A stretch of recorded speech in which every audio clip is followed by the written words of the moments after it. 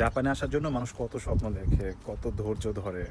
আর যখন সে জাপানে আসে কিছু অসাধু দালাল চক্রের জন্য বাংলাদেশ থেকে অনেকে ঋণ কইরা যখন আসা লাগে, আসার পরে ওই জব ঠিকমতো না পায় এবং ফ্যামিলির চাপ সব কিছুর বিনিময়ে যখন নিজের জীবনটাই দেওয়া লাগে। 2 দিন আগে চিবাকেনের একজন দেখলাম উনি আত্মহত্যা করছে।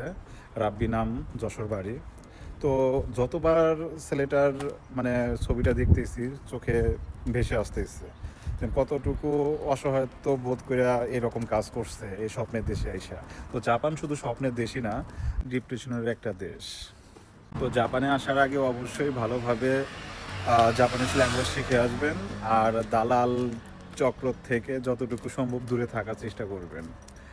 আর এই যে SSW, TITP এগুলা কিন্তু এত টাকা লাগে না। যে ছেলেটা আত্মহত্যা করছে ও নাকি 12 থেকে 13 লাখ টাকা খরচ করে ওই TITPটিতে আসছে। আর ওইটা যদি সরকারিভাবে আসতো উর্দে 4 থেকে 5 লাখ টাকার ভিতরে আসতে পারতো।